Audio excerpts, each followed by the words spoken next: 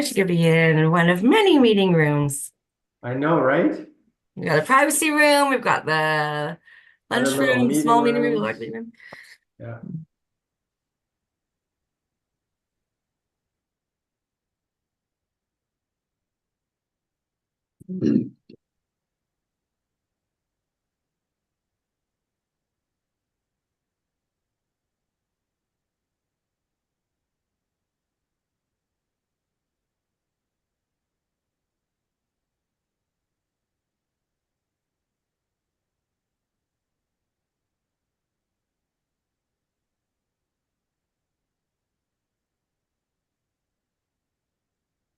Should we wait for Judy or should we get underway? I think we could get started. Okay. I just noticed that we're we're streaming to YouTube, so instead of just leaving it awkwardly in the air, and it looks like Councillor Getty's here. So we Judy's here. will start this meeting, and I'll call this meeting of the Community Center Select Steering Committee for Thursday, March 21st, 2024 to order. First item is approval of the agenda. I'll look to Steph for the introduction of any late items. If there are any? I don't think so. Sorry, I was just dealing with the YouTube volume. There are no late items on my Okay, end. great. So with that, I'll look for a motion from the committee to approve the moved. agenda for March 21st. Moved by Councillor Morse, seconded by our CAO. All in favor, raise your hands, say aye. Aye. Aye, that carries. Thank you. Second item on the agenda is the adoption of the minutes. Are there any questions, changes, or corrections that members of the committee would like to make? Seeing none, I'll look for a motion to approve the minutes of February 14th, 2024. Moved by Councillor Morse, seconded by Mr. Glure. All in favor, raise your hand, say aye. Aye. And that carries. Moving on to public comments, I'll look to our committee clerk for any public comments today. No public comments. No public comments. And then on to 4.1, construction update. We've got an update on building construction from our CAO, and then on the glass safety marking art project from our manager of recreation and community services. So I'll turn it over to you, Liam. Okay, thank you, Mayor. Thanks, everybody, for joining the meeting today. So you may have heard me talk about this, but I think it's a good opportunity to make sure that we're all on the same page with where the construction's currently at. But I don't think anybody is more frustrated than myself and perhaps the mayor about continuing to see the blue roof on the community center. And so it is terribly unfortunate that we've gone through pretty much the entire winter without having a roof on the building. And that is very frustrating for the entire community to see, to line up in the ferry day after day to see no roof on the building and to see no siding on, or the siding not completed. And so there is a sequencing element to the roofing and the siding, so that there being no final metal material on the roof has impacted the ability to get gutters on and to complete the siding. So while it is terribly frustrating, we are feeling a little bit assured that the roof is going to be installed imminently. And we do feel confident that when it does get installed, that it will be done properly. And so you've heard me say previously that the Roofing Association of BC and inspectors have been involved in the project and in the roof itself. And prior to any further advancement of the completion of the roof, we've been awaiting confirmation from the material suppliers, like the manufacturers of the membranes themselves, that they are in fact okay to have been exposed for the length of time that they have been.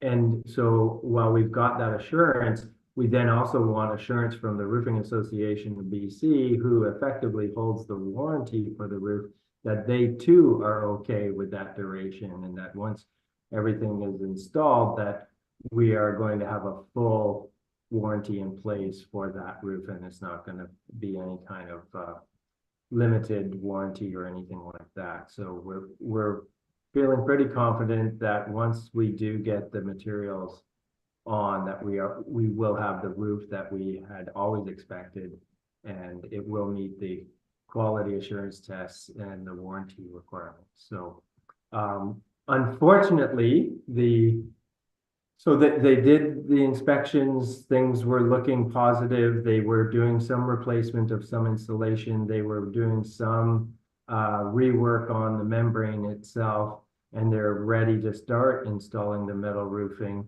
However, the metal roofing is formed on site, and the forming machine itself broke. And so they're having to address that. And so we've been lucky that the rain is holding off, and if it does turn, if the weather does turn before they can get the forming machine fixed and the metal roofing on, we may see some tarps, some larger tarps go up on the roof to protect the rework that has just been completed, so that it is in the best shape it can be for when the metal goes on. So outside of the building, we also see some additional civil works carrying on. There's work going on in the north of the project site, mostly around the septic field, and getting that prepped and ready for functionality. And then a lot of the work is actually taking place inside the building. And that's pretty exciting to see it coming to real shape and form. And we're starting to see some of the finishing elements going in. And it's pretty exciting because a lot of the equipment and fixtures that are going to really make the building special, like around AV equipment for the performing arts room and other rooms, we've already received that. And we're just now waiting for those rooms to reach a state of completion that we can start installing some of that equipment as well. That might still be a while yet. We want to make sure that the rooms are, if not entirely complete, they're complete enough that there's not going to be any risk to any of that high-end equipment when it does go in. So all of the retractable seating is on site. But that obviously can't go in until the flooring goes in. So it's pretty exciting because the interior is really coming along, and we're really starting to see it take shape. I know Jillian's got more detailed level of knowledge of the detailed finishing bits inside. But before I ask if she's got anything to add, I did want to talk a little bit about schedule. So we have been really zeroing in with the constructor and our architects about what the schedule to completion looks like, as well as the cost to completion. And from a scheduling point of view, they're saying that they're aiming to have the substantial completion occur in May and a handover occurring in June. Some of that is dependent on whether or not we can get BC Hydro to energize the building. But it also still does feel a bit ambitious when you look around the site and how much work has to be done. You know, there's still a fair bit of external work too to the building that has to occur. So, you know, they were talking about an early handover date in June. That might get pushed, but it's too soon to say exactly when or how far that would get pushed out.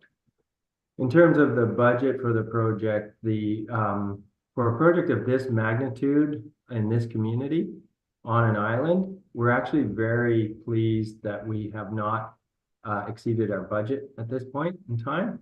We've managed to stay within our control budget. And I just wanted to share an example of a project that from a similar size project that's on the same schedule that we are. So the city of West Kelowna began a municipal hall project, which started construction in 2021, same time that we did. And they started with a budget of 18 million. And we had a similar budget as well. I think ours was starting at 18.4 or 18.7. In their project has also experienced the similar types of delays that we have due to the construction environment and similar challenges around cost escalation. However, they had to go back to their council last year and increase their project budget from 18 million to 22.4 million. And then just more recently in February, they increased another $400,000 to their project budget. And they're still behind schedule, still not complete. And so I'm not a fan of pointing to other people's or other project challenges as any kind of excuse for our own. But I do think it's important for folks to understand that the challenges that we're up against here on Bowen are not unique to Bowen. All these types of projects are experiencing these types of challenges. But I'm pretty pleased and impressed that we actually haven't required a significant budget lift. We actually haven't come back asking for any kind of a budget lift at this point, and I hope we can keep it like that, or keep it very modest at the least. So that's a lot of information. Maybe I pause there before I hand over to Jillian to see if she has anything to add, and perhaps if any members have any questions, I can try to answer those.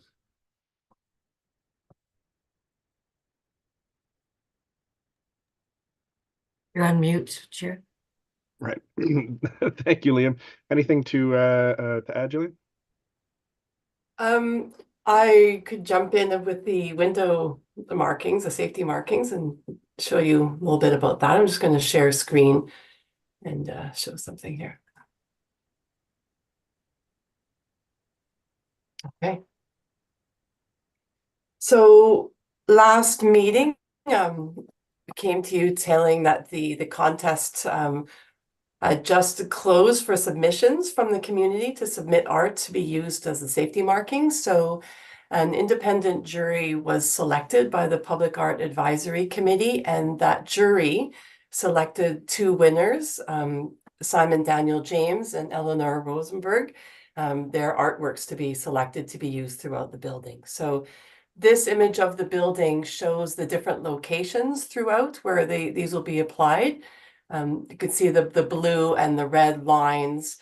By code, we just have to have one line, but it's been recommended by various groups, including the Public Art Committee, thinking it'd be really beneficial to have that second level at eye height for children. Being as, you know, we will have a lot of children using this facility, so that's been recommended. We've been doing it, it's been rather informal of a survey, but just getting opinions about the distribution of these. And it seems like broadly the consensus is alternating the two images, as you can see at the bottom of the slide, alternating the images and rotating the fern image, Eleanor's fern, throughout. So it shows movement across the space in this design. So unless we hear strong opposition to that design, I think we'll proceed with that. And I can pause. Sorry, I'm just going to modify something so I can see everybody here. I can see everybody.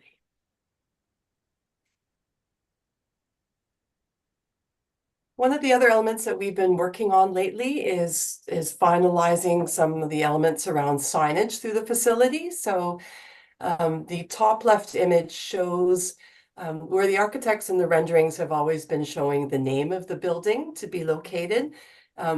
There's a slight change. It's just moved to the top of that window looking into council chambers because it increases the visibility from the street. And the numbers, the address of the building by code have to be visible from the street. So this is where we're looking at this to be, and doing those channel letters that are directly mounted to the hardy board cladding. One of the other elements required by code to open the building is washroom signage, and this has been an interesting process working on this. There are many elements of washroom signage that have their code requirements that are not changeable, you know, such as where it's mounted on the wall and various elements, but there's variability in materials to be used, how many of these elements are flat printed versus raised elements on it, and exactly what sort of visual or what symbols are used and what content is written in Braille. So for quite a while now, since the Accessibility Advisory Committee formed, we've been working with the committee and informing them on the project, and they've been contributing comments and thoughts to how to increase accessibility, both from all the standpoints of accessibility in terms of, you know, the architecture itself, elements that you can bring in and add to it, or physical features, but also operational procedures that enhance accessibility across the board. So it's been amazing working with this committee. And most recently, Councillor Jurgensen and I were discussing the bathroom signage and all the different elements that are really important. So and we want to make sure we don't fall into some of the common mistakes that apparently are made with this type of thing. So for example, often it's just written in Braille restroom, but that doesn't tell you, is it non-gendered? Is it gendered? Who is that for? So there's things like that. And whether or not, for example, is it important to raise the letters that say restroom? And for it may be for those who perhaps were sighted once and are now not sighted, but for people who have been unsighted from birth, you know, raised letters mean very little opposed to having the Braille. So there's all kinds of elements. And even, for example, on this image, you can see two different representations of a wheelchair. The one in the middle is sort of more of a legacy symbol as opposed to the more modern symbol, which actually is a more dignified representation, and it shows motion and mobility. So having these conversations with the Accessibility Committee is really, I think, enhancing the product that we'll have. And there's a lot of opportunities to come up as well where the committee will be involved. A couple of members will come to site again in a couple of weeks looking at wayfinding and how do we make sure we're putting information in places where people really need to find it. And so it's just been a very interesting process discussing this more broadly. So I'm just going to stop sharing screen and so I can see everybody better in case there's questions. Just look around the table here for any questions. Jamie. Thanks, Jillian. That looks fantastic. Those two winning images are been really great, very Bowen centric. I have a question about who's going to be doing this signage. Will you be able to keep it on island, or will you hire it out to someone in the city? It's all within contract, so we're not in control of that trade. Yeah, that's up to the contractor. We do have someone on island that can print vinyl and make those signs. Can it be recommended to maybe have the contractor reach out and keep it local, or is that not even an option? I can find out if that is an option. We tend to, they may have made that contract already. It may be well established, but there may be opportunity for suggestion, so we can find out.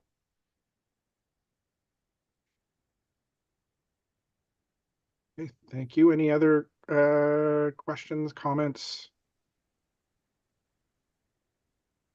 Okay, thank you, Jillian. Item 4.2, fundraising update on the donor recognition wall, and then some other fundraising updates. Starting with Jillian. Thank you. It's not a major update in this case, just that we are continuing to work with Cornerstone, who are a real pleasure to work with. They're meeting with them next week to revise the schedule a little bit and make it a little bit more accurate for installation. It's the same company that's working with the Health Center Foundation and working on their donor wall installation. So they're familiar with Bowen. We're in the process right now of confirming how everybody wants their names to be represented on the wall to make sure we get everybody's wording correct on that and spelling correct. So we're in that process now. I'm working with the Community Foundation to ascertain that we have all the names properly. So You may have noticed recently that there was a mini sort of last minute campaign about just mentioning it's the last call to get your name on the wall and recognizing that it's not really the last opportunity. We know that we can add things later on, but this was giving that sense of urgency to the campaign. And while it wasn't a massive wave of donations, we did get 10 donations immediately as a result of that to the campaign. So yeah. So people did appreciate that last opportunity to make sure they're on the wall for opening day. Great. Thank you. And over to you, Liam. Thank you, Mayor. Yeah, that's essentially what I was going to say is that while our fundraising campaign may feel like it's winding down, there definitely is always an opportunity to still give, and so we still want to make sure people understand and are aware of that. So we have taken some of the fundraising activities that were previously supported by consultants, so through Jackie and Shelley, and taking that in-house, and so Jackie and Shelley did a tremendous amount of work in supporting us and trying to generate as much fundraising and donor contributions to the project as possible. But we're now doing that work internally. So Jackie and Shelley are no longer on the project. But we do want to actually just make a special recognition and acknowledgement for Jackie in particular, because she's been involved in the project for, oh geez, I don't really know how long, but many, many years, well beyond the start of construction. So so a special recognition for all of her effort and contribution to the project. Thank you. Any questions or comments on this item from the committee? Seeing none, we'll move on to 5.1 on room names. Over to you, Jillian. Thank you. I'm going to share screen again.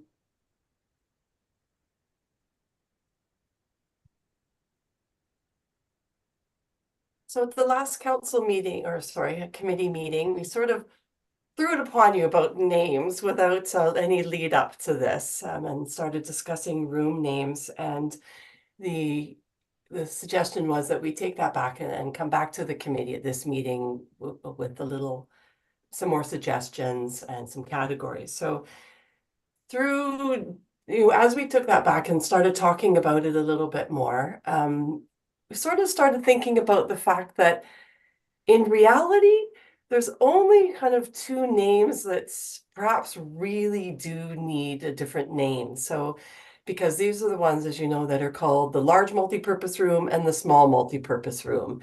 And while they're very, informative, I guess, in those names, they're not really catchy or exciting. So, but the other rooms, such as green room, living room, weight room, perhaps they don't actually need a different name. Because they are quite unique. So if the committee is in agreement, we would like to continue this discussion and just really focusing on these two rooms in terms of unique naming opportunity or names at this stage. And also wanting to recognize that we know we've brought discussions about room names to the committee in the past. That those were more primarily from sort of a donor viewpoint, looking at names that may be appealing to those interested in a room naming opportunity. So that didn't catch on quite as much as we had hoped, and there's still opportunity down the road. If down the road somebody comes to us and says, actually, I really would like to donate and name a room, there's nothing preventing us from changing the name of a room. So but at this stage, we thought we'd bring the conversation back to the committee for these two rooms in particular. And some of the suggestions that we were looking at before were birds or plants or neighborhoods on the island or street names on the island. but maybe we don't need to be so complicated, given there's only two names. So we wanted to bring it back at this stage and open it up for discussion. Chair, perhaps before we do open it up, if I can just add on to what Jillian was saying. As we talked through it, and we've explored a lot of names, and Lee Vincent, who can't be with us today, he actually drew up a whole long list of naming options. But as we went through it, it's really, I do think the weight room and the fitness studio and council chambers and community meeting room, like those are self-explanatory, and I think that it makes a whole lot of sense to keep them as named as is. I think from a wayfinding perspective and practicality perspective, I think keeping those rooms named as the function that they serve makes a whole lot of sense. So that's how we landed at this question before you today. Okay. I'll look to the committee. Councillor Getty. Is there going to be a map someplace that's going to need names and arrows and getting people, how to find the fitness studio, and, if you've got an activity, you come in the front door and you've got an activity someplace. There will be wayfinding in the building, and so like weight room down there, and there definitely will be maps from like an emergency response perspective, like the conventional maps that you see that way. I don't know that we've allocated any budget or any effort to building a wayfinding map. Okay, so if we're going to have something like that, and we're hoping that we might be able to use this for future fundraising, then can we keep in mind in terms of when we're creating these wayfinding signs or maps or whatever, so that something could be replaced if we do end up with a multi-million-dollar donation? Yeah, definitely. Yeah. And over to you, Rob. Thanks. In distinguishing between these two rooms, and understanding that there's multiple uses for each, as there is for some of the other rooms, the large room is the only one that's really could be called a theater, the only one that's equipped as a fully equipped as a theater space. So could we just call this one, until there's a big donor who'd like to put their name on it, the theater? Just as council chambers doesn't just need to be used for council meetings, it just gives clarity to, and people would understand what room you're referring to, just like they would the weight room or the fitness studio.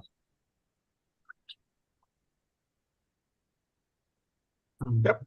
Liam? Thank you for that, Rob. One thought that I had sort of musing with was that, Bowen Island as a municipality is not just Bowen. So there's also Hutt Island, which often gets forgotten about. And so that, I sort of thought, well, maybe we call the large room, it's Bowen Theater, or it's the Bowen room, and the little room is the Hutt. Just sort of throwing that one out there.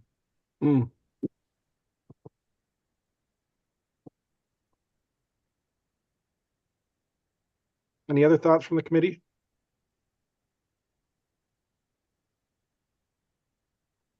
I kind of like Councilor Morse? Liam's, just the Bowen room, because Bowen, that implies it's for the whole of Bowen.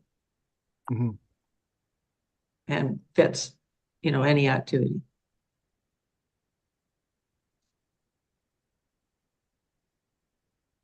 That's certainly better than the Mayor Leonard Theater. Well, if you want to put up the money for the naming of we'd put up with the Leonard room. Right. Oh, that's no, that I like that idea, Liam. That's a good idea. Any other thoughts or comments for staff here? Maybe in just looking, either Liam or Jillian, what are next steps on this, and what sort of the decision-making process from here? Good question. Thank you, Mayor. So we do need a decision. We've got a little more lead time now that the project is pushed back a bit farther. Jillian, correct me if I'm wrong, but we would like a decision on the names by April. So we could let it sit with committee members and come back to it at our April meeting to make a final decision. That would work. We are printing the room name signs with a different vendor. So that's not within contract, doesn't have the same time constraints. So we could bring that back for final decision next meeting. Okay. Is there anyone else that we need to consult with just outside of this committee? Do we want to open this up to social media or Judy?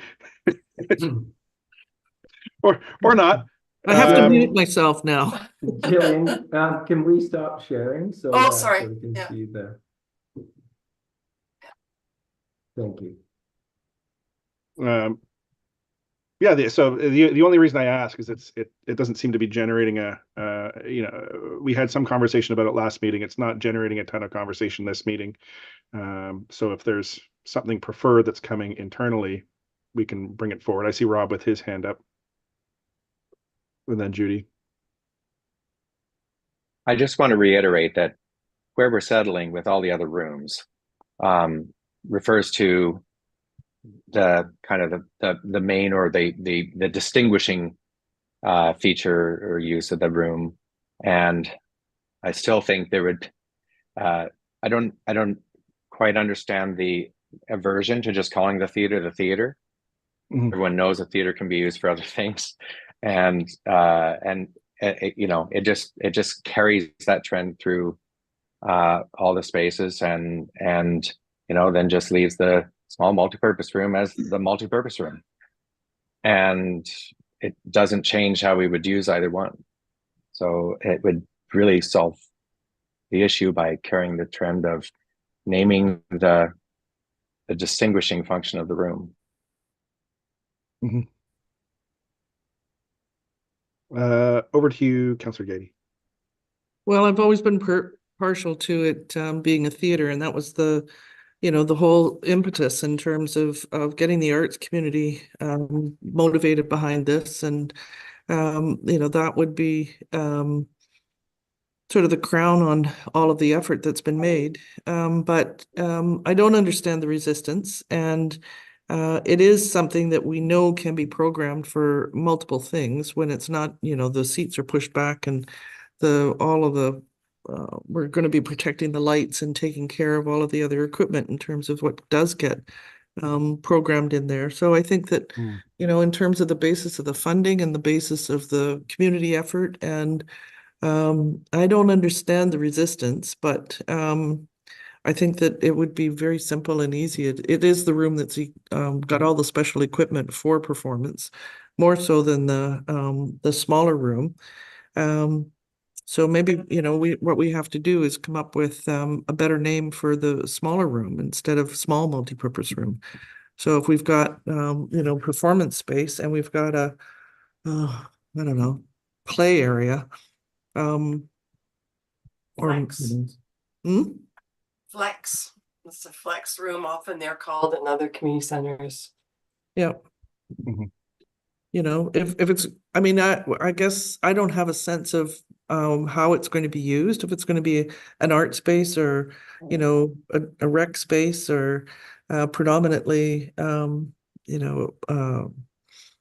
know, tea party space, if that's where the flea markets are going to be, or who knows, but I think that if it's a games room, something like that, that we could give it some sort of give both of them give people an idea of what the predominant or the preferred use might be. But I think the performance space has basically all of the investment in terms of all of that equipment. And it's got to be clear to the world that we've got a really good performance space. Yeah, and to be clear, I don't have any resistance from this seat one way or the other, other than seeing what everybody wants to call it. My main concern is just getting it built and getting people in it. So whether we call it the theater, whether we call it the Timbuktu room, whether we call it whatever, that's less material to me than the project being finished. I think it is a theater. I think if that's what we want to name it, that's fine.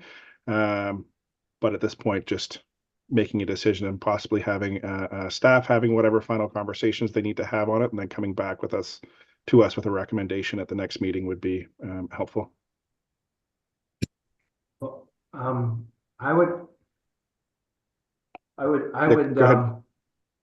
like, I think we've at a staff level, we've kind of gone around and around. When we're really looking for the committee to make a decision. So I don't know that we're going to come up with any, I mean, if any of us come up with any brilliant ideas between now and the April meeting, that's fantastic.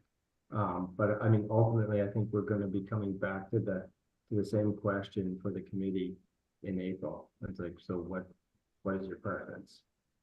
Right. Well, I mean, how does everybody feel about the Bowen Theater for the large room, and then flex room or multi-purpose room for the smaller room?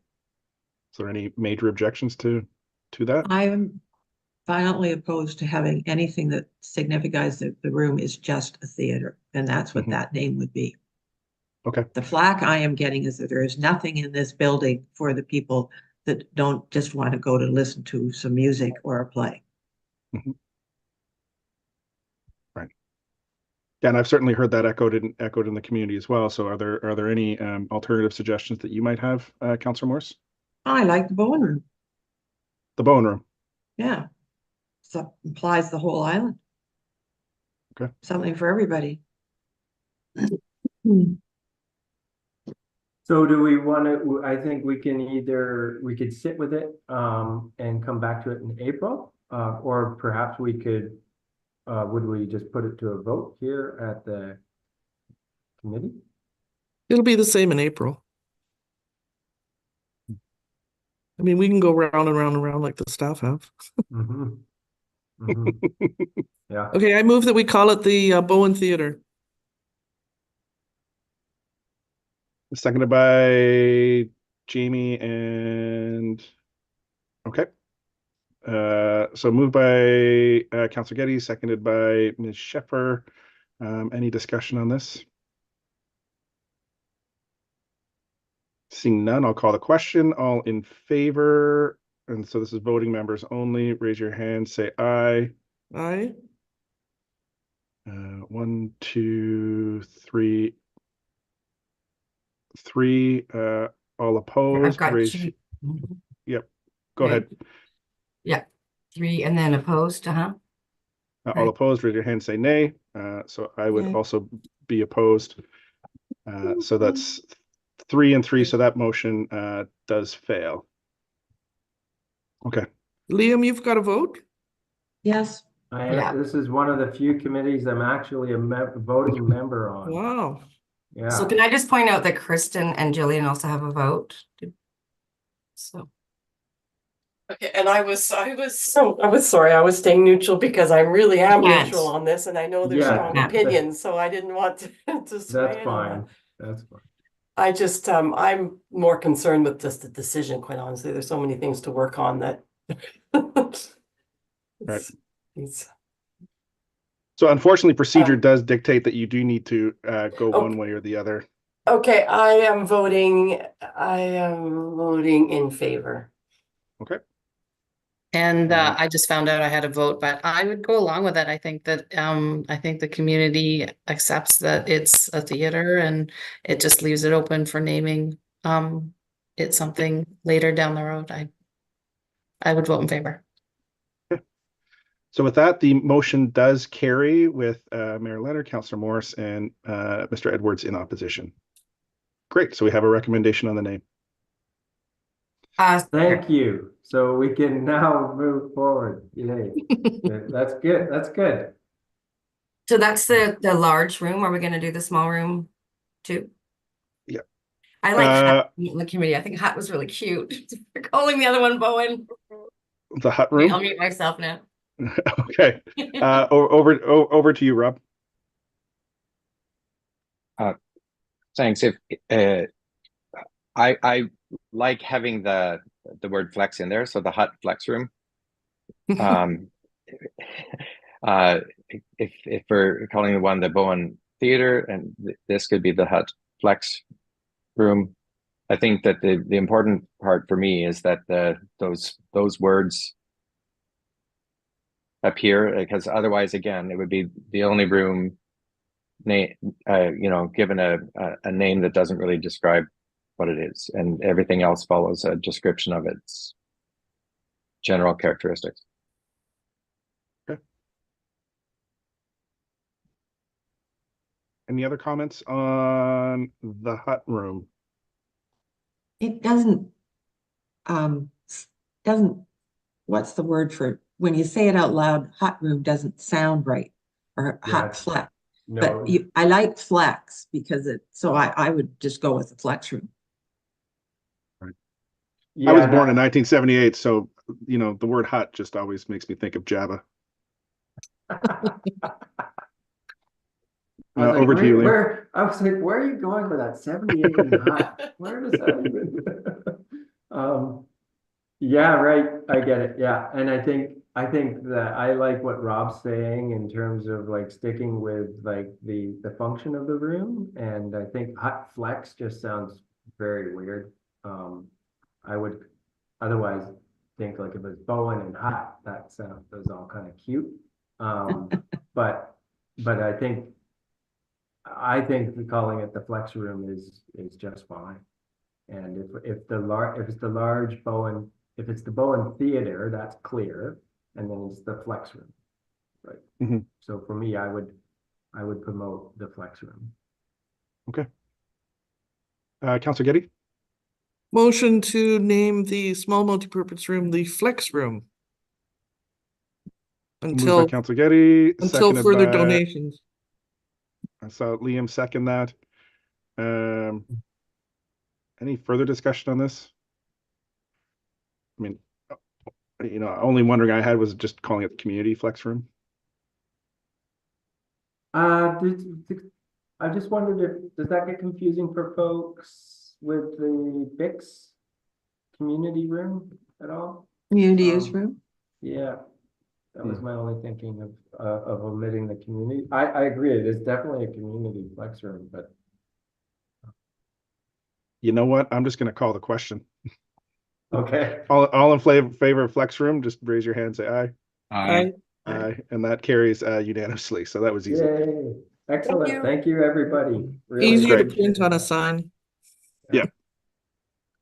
That's Okay. No other business. And so moving on to 6.2, I'll just look for someone to move the recommendation to move to a closed meeting. Moved by Councillor Getty, seconded by Mr. Edwards. All in favor, raise your hand and say aye. Aye. Aye. And that carries. And just a motion to adjourn unless there's any questions for question period. Steph? Nope. So a motion to adjourn. Councillor Getty has her hand up already, seconded by Rob. I think he